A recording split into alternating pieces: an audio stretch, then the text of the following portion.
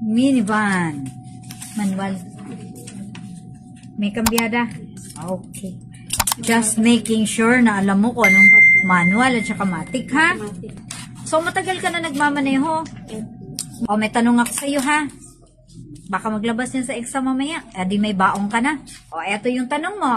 Ano ang nararapat na posisyon ng iyong sasakyan sa isang kalsada na maliit?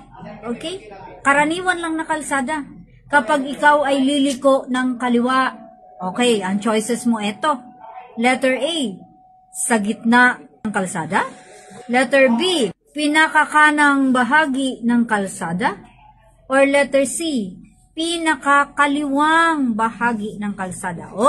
Shoutout po muna kay Marvin Franco, kay Joey Lamigo ng Libungan, at kay Jember Paraiso Dator ng Magsaysay, Davao del Sur.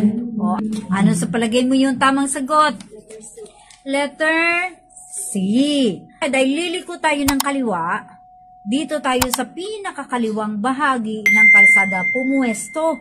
That is the right place for you kung ikaw ay liliko ng kaliwa.